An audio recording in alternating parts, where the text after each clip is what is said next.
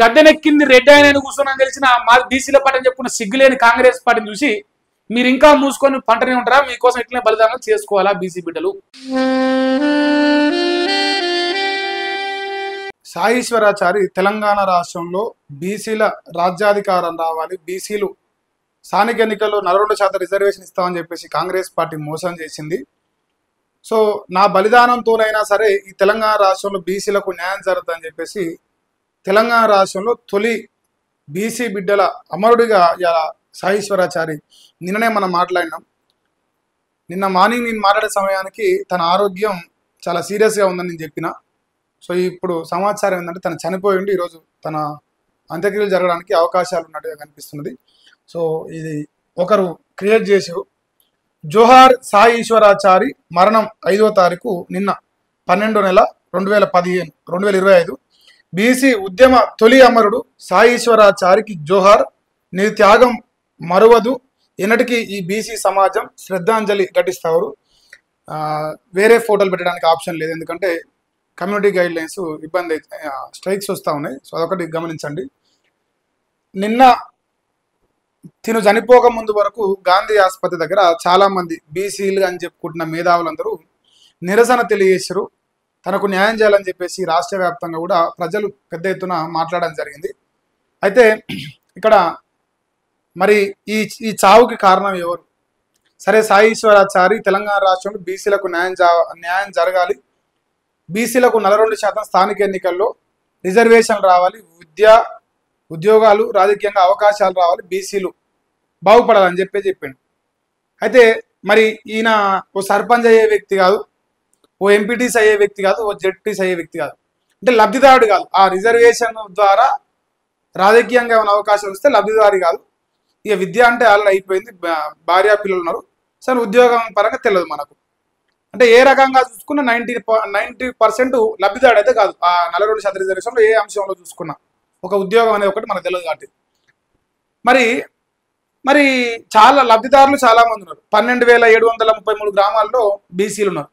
వాళ్ళు ఎవరు చనిపోలే, వాళ్ళు ఎవరు ఆత్మబలిదానం చేసుకోలే. లేదు, ఈ రాష్ట్రంలో నేను బీసీల కోసమే రాజ్యాధికారం తీసుకొస్తా, నా పార్టీ బీసీ, నేనే అతిపెద్ద బీసీ అని చెప్పుకుంటున్న చింతపండు మల్లయ్య గారు కూడా బలిదానం చేసుకోలే. తెల్లారితే నేనే ప్రభుత్వాన్ని తీసుకొచ్చినా, మా వల్లే వచ్చిందని చెప్పే మన తొలి వెలుగు రావు కూడా ఏం బలిదానం చేసుకోలే. కానీ అంటారుగా, ఏ సంబంధం లేక కుటుంబాన్ని నడుపుకునే పరిస్థితి లేక ఆర్థిక సహాయం కోసం తిన్మారమల్లను అడిగిన వ్యక్తికి బీసీలకు రాజ్యాధికారం రావాలి, బీసీలకు రిజర్వేషన్ రావాలనే ఆరాటం, పోరాటం, అది ఆత్మ బలిదానం వరకు ఏ రకంగా దారులు తీసింది, ఎందుకు దారి తీసింది, ఎవరి వల్ల దారి తీసింది? అసలు ఈ రాష్ట్రంలో బీసీలకు రిజర్వేషన్ ఇస్తానని చెప్పిన రాజకీయ పార్టీ కాంగ్రెస్ పార్టీ. కాంగ్రెస్ అంటే బీసీ, బీసీ అంటే కాంగ్రెస్ అని రాష్ట్ర వ్యాప్తంగా 119 నియోజకవర్గాలు తిరిగి ఓట్లు వేయించింది తిన్మార్ మల్లన్న, మనతొలి వెలుగు రావు.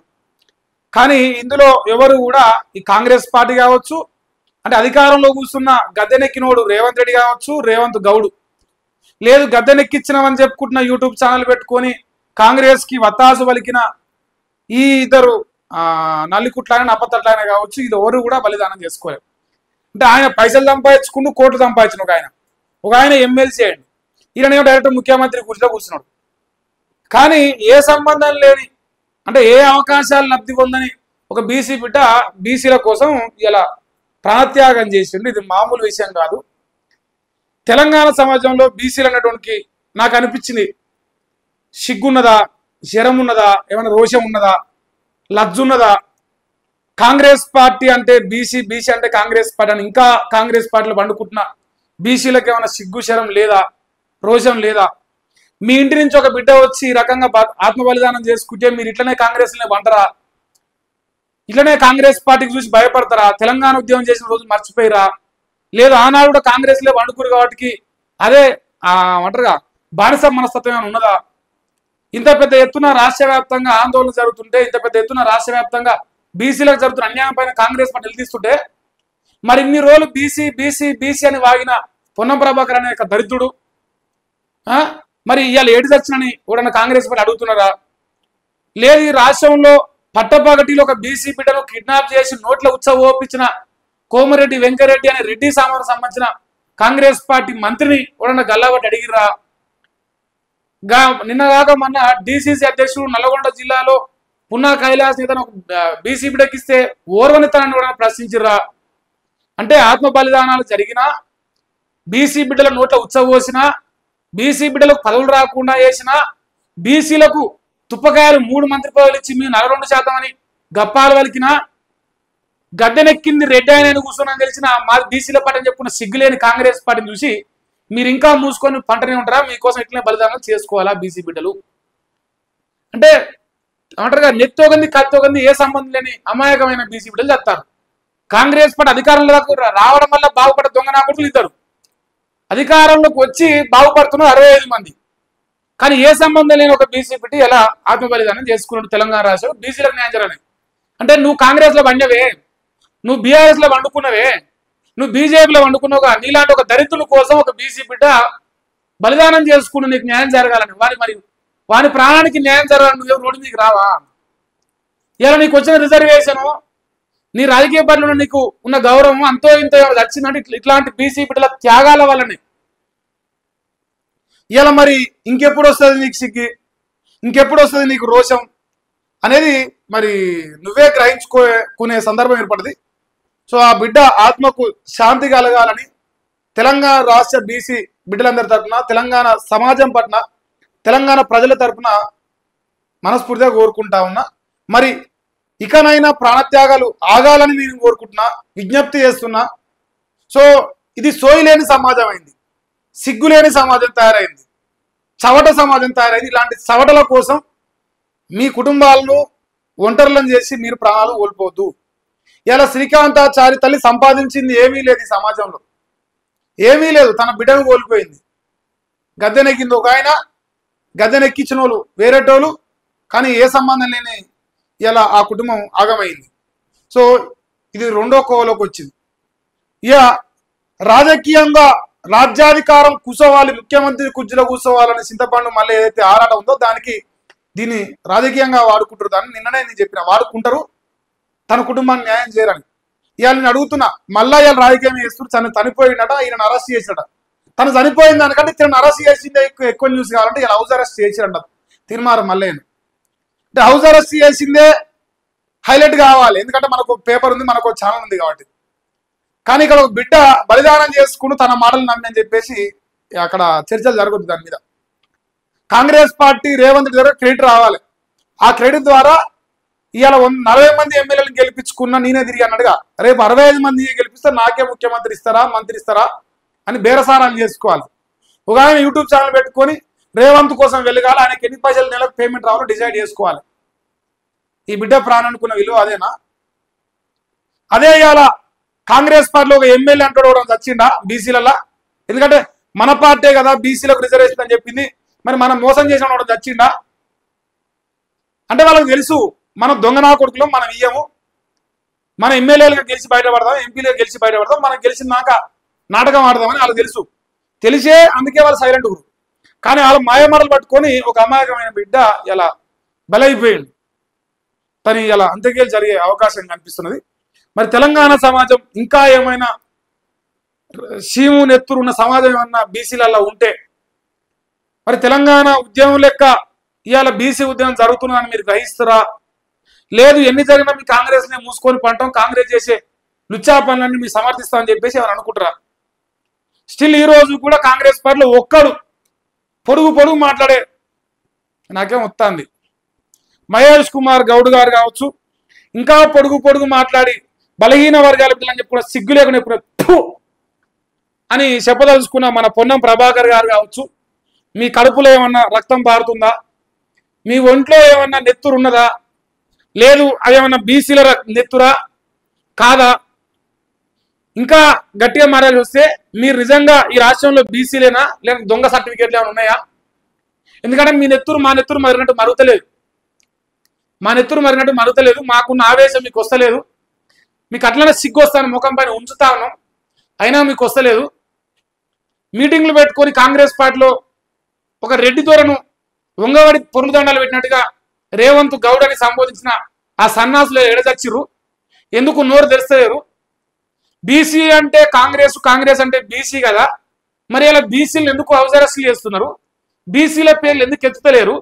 ఎందుకు మీ పేపర్లలో ఇలా సాయిశ్వరాచార్య మరణం గురించి వార్త రాలేదు? కావాలంటే మీకు ఒకసారి చూపిస్తాను. ఒక ఆయన నేను దళితునని చెప్పి తిడతారు. అంటే క్యాస్ట్ సర్టిఫికేట్ వాడుకొని రాజకీయం చేస్తాడు. ఒక ఆయన క్యాస్ట్ సర్టిఫికేట్ వాడుకొని మంత్రి పదవి తెచ్చుకున్నాడు.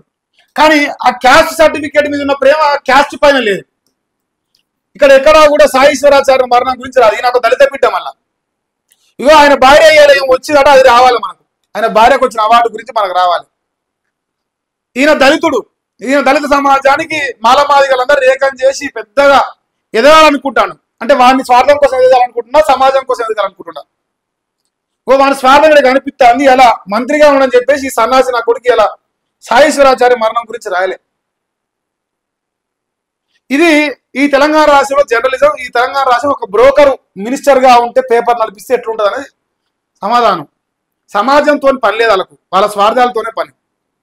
నేను ఒకటి చెప్పదలుచుకున్నా. ఎవరైతే ఓట్లేసిరో కాంగ్రెస్ పార్టీకి మీరందరూ ద్రోహులే. మీరందరూ ఇలా A1 A2 అవుతారు. రేవంత్ రెడ్డి A1 ముద్దాయిగా ఇలా, లేదంటే రాహుల్ గాంధీ A1 ముద్దాయిగా చూడొచ్చు. ఎందుకంటే ఇతన ఔషధదారి జితనా భాగీదారి తలకాయ మొత్తం బీసీలో కాబట్టి ఆయన A1 ముద్దాయి అవుతాడు. తర్వాత A2 రేవంత్ రెడ్డి, రేవంత్ గౌడ్ ఆయన A2 ముద్దాయి అవుతాడు సాయిశ్వరాచార్య మరణంలో. A3లుగా ఎమ్మెల్యేలు ఎంపీలు అందరు ఉంటారు. తర్వాత A4గా చింతపండు మల్లయ్య ఉంటాడు. ఎందుకంటే ఆయనే తీసుకొచ్చిన అధికారులకి. ఆయనే 40 మంది రెడ్ల ఉచ్చదాగి, రెడ్ల దొప్ప పట్టుకొని ఆ ఉచ్చదాగి రెడ్లను ఎమ్మెల్యేలను చేసి రెడ్డిని ముఖ్యమంత్రి చేసిన మేధావి అతిపెద్ద బీసీ బిడ్డ తిన్మారు మల్లయ్య A4గానో A5గా ఉంటాడు. తర్వాత నేను యూట్యూబ్ ఛానల్ పెట్టుకున్న, ప్రజల కోసం ప్రశ్నిస్తున్న, ప్రజల పైసలతోనే ఏర్పడ్డ ఛానల్ ఇది. ప్రజల ఛానల్ అని చెప్పిన ఒక పోరంబోకు మన తొలి వెలుగు రాగానేటోడు A6గా ఉంటాడు. A7గా ఎవరైతే కాంగ్రెస్ పార్టీ దొంగ మాటలు నమ్మి ఓట్లు వేసి గెలిపించారో వాళ్ళు A7గా ఉంటారు. A8గా ఇక్కడ నేను చెప్పదలుచుకుంది, ఎవరైతే యూట్యూబ్ ఛానల్ పెట్టుకొని తెల్లారితే ప్రశ్నిస్తున్నామని చెప్పి బీసీలను రెచ్చగొట్టి బీసీలతో ఇలా ప్రాణత్యాగాలకు చేయించడానికి ప్రేరేపించిన దొంగనా కొడుకు మళ్ళీ అదే చింతపండు మల్లయ్య. బీసీ రిజర్వేషన్లు ఇస్తామని చెప్పింది కాంగ్రెస్ ఓడే, ఇయ్యొద్దని కోర్టు పోయిన బుట్టంగారి మారెడ్డి కాంగ్రెస్ ఓడే, తర్వాత ఎట్టబోతారని అడిగిన చింతపండు మల్లయ్య కాంగ్రెస్ ఓడే, అంతా కాంగ్రెస్ ఓడే. మరి ఇది కాంగ్రెస్ పార్టీ అధికారంలోకి వచ్చి బీసీలకు రిజర్వేషన్ ఇస్తామని చెప్పడం వల్ల ఈ రాష్ట్రంలో ఒక బిడ్డ చనిపోతే ఇంతమంది ముద్దాయిలు ఉన్నారన్నమాట. ఇంతమంది ఏమంటారు నేరస్తులు. A8 పెట్టుకోవచ్చు, ఇంకా పెద్దగా కూడా అవుతుంది. అందరం లెక్కకే వస్తాం. మరి ఇంకోటి A9గా కూడా చెప్పాలి. ఇంత జరిగినా మూసుకొని పండుకొని కాంగ్రెస్ పార్టీ ఓటేసి ఇలా మూసుకొని పండుకునే కాంగ్రెస్ ఉన్న కార్యకర్తలు కూడా బీసీ బిడ్డలైన కాంగ్రెస్ కార్యకర్తలు మీరు A9గా వస్తారు. మీలాంటి దద్దమ్మల కోసం ఒక బీసీ బిడ్డ ఇలా బలైపోయిండు. ఇంతవరకు మీరు ఖచ్చితంగా గ్రహించాల్సిన అవసరం ఉన్నది. అయితే ఇంకా మీకు ఒక విషయం చెప్తా. ఇలా పేపర్లు ఏం రాసిన ఒకసారి మీరు గమనించారు. మీరు ఇంతమంది అయితే ముద్దాయిలుగా మీరు పరిగణించవచ్చు, ఏం డౌట్ లేదు. సో ప్రధానంగా నేనైతే తిన్మారు మల్లయ్యను ప్రధానంగా గమనిస్తాను. ఎందుకంటే ఆయననే కదా, నేనే కదా అందరికంటే పెద్ద బీసీనే, అదొకటి. ఇంకోటి ఈ రాష్ట్రంలో ఎవడన్నా బీసీ పుట్టిన ఎవడన్నా కాంగ్రెస్ పార్టీలో ఉన్న పూరంబోక్ గారు ఇలా సాయిశ్వరాచారి పార్థివ దేహాన్ని చూసేదానికన్నా పోతలేరా? లేదు, అతిపెద్ద ఈ రాష్ట్రంలో అతిపెద్ద బీసీ రేపు స్థానిక ఎన్నికల్లో సర్పంచులు బీసీలు గెలవాలని 60% రిజర్వేషన్ పెట్టిన దొంగనా కొడుకులైన కాంగ్రెస్ లో ఉన్న ఎమ్మెల్యేలు, ఎంపీలు, మంత్రులు, ముఖ్యమంత్రులు కూడా ఇలా పోతుండా? అందశ్రీ కాడికి పోయి ఏతులకు పోయి మీటింగ్లు పెట్టుకున్న వాళ్ళు, గద్దర్ కాడికి పోయి ఏతులో పోయి మీటింగ్లు పెట్టుకున్న వాళ్ళు ఎవరైనా పోతుర్రా? ఎందుకంటే మీరు అతిపెద్ద బీసీలు, బీసీల పైన అంతులేని ప్రేమ ఉన్నది. మీరంటే బీసీ అంటే మీరే కావచ్చు. మా ప్రాణాల పైన ఏమన్నా మీకు ప్రేమ ఉన్నదా లేదా? మా ప్రాణాలకు మీరు నిలిపిస్తారా లేదా? ఇంకోటి ఏది మేధావులు అని చెప్పుకున్న కొందరు దొంగనాగులకు ₹1 ఇచ్చిర్రు. తినడానికి తిండి లేకపోయినా ఇవాళ ఈ బిడ్డ బీసీలకు న్యాయం జరగాలని చెప్పేసి ఆత్మపరిధానం చేసుకుని తన కుటుంబానికి అదే ₹1 ఇచ్చే ఆలోచన ఉందా లేదా? అంటే ఎంతో కొంత మనం చేసిన పాపానికి ప్రాయశ్చిత్తంగా ఎంతో కొంత ఇచ్చేంత సత్తా ఉందా లేదా? ఈ రాష్ట్రంలో 20,000 కోట్లని తెలంగాణ రాష్ట్రంలో బీసీలకు అని చెప్పిగా 20,000 కోట్లు ఇచ్చినా ఏం తప్పులేదు ఆయన త్యాగానికి. ఎందుకంటే 78 ఏళ్ల స్వతంత్ర భారతదేశంలో ఒక బీసీ బిడ్డ బీసీలకు రాజ్యాధికారం రావాలని చనిపోయింది కాబట్టి ఏ మాత్రం తన త్యాగానికి తక్కువేం కాదు. అలాంటి ఆలోచన ఏమైనా మీకు ఉందా లేదా? నాకైతే డౌట్ లేదని. ఇంకోటి, ఈ రాష్ట్రంలో ప్రధానంగా కాంగ్రెస్ పార్టీలో కొందరు బీసీలమని చెప్పుకొచ్చుకొని మంత్రులు అయ్యారు, ఎమ్మెల్యేలు అయ్యారు, ఎంపీలు అయ్యారు. ఇక నాకేమో కొంచెం చండాలమైన పదాలు వస్తాయి, కానీ దొంగేడుపులు వేస్తుండ్రు కొందరు. కాంగ్రెస్ లో కొందరు దొంగ బీసీలకు దొంగేడుపులు వేస్తుండ్రు. అసలు దొంగ బీసీ నా కొడుకులు అని ఇలా ఓతుర్రా? రేవంత్ రెడ్డి కంచెలు తెంచుకొని పోయే దమ్ము ఒకరికైనా మీకున్నదా? రేవంత్ రెడ్డి కంచెలు తెంచుకొని పోయి ఈశ్వరాచారి పార్టీక దేహాన్ని టచ్ చేసే దమ్ము ఎవరికైనా మీకున్నదా? కాంగ్రెస్ పార్టీలో మీరు నిజంగా బీసీ పుడితే ఎవరైనా సరే పోవచ్చు. లేదు అంటే మీరు బీసీ తల్లి పాలు పుట్టినట్టే. మన చింతపండు మళ్ళీ గారు చెప్పినట్టు కాంగ్రెస్ పార్టీలో ఉన్న బీసీ తన పార్టీక దేహాన్ని చూడాలని పోకపోతే మీరు బీసీ తల్లి పాలు పుట్టనట్టే. దీంట్లో ఎలాంటి బేసాజాలు లేవు. చెట్టు పేరు చెప్పుకొని కాయ చెప్పుకున్నట్టుగా బీసీల పేరు చెప్పి బీసీల క్యాస్ట్ కార్డు వాడుకొచ్చుకొని మీరు ఎమ్మెల్యేలు, ఎంపీలు, మంత్రులు తెచ్చుకున్న దొంగ నా కొడుతుంది తప్ప మీరు నిజమైన బీసీలో కాదు.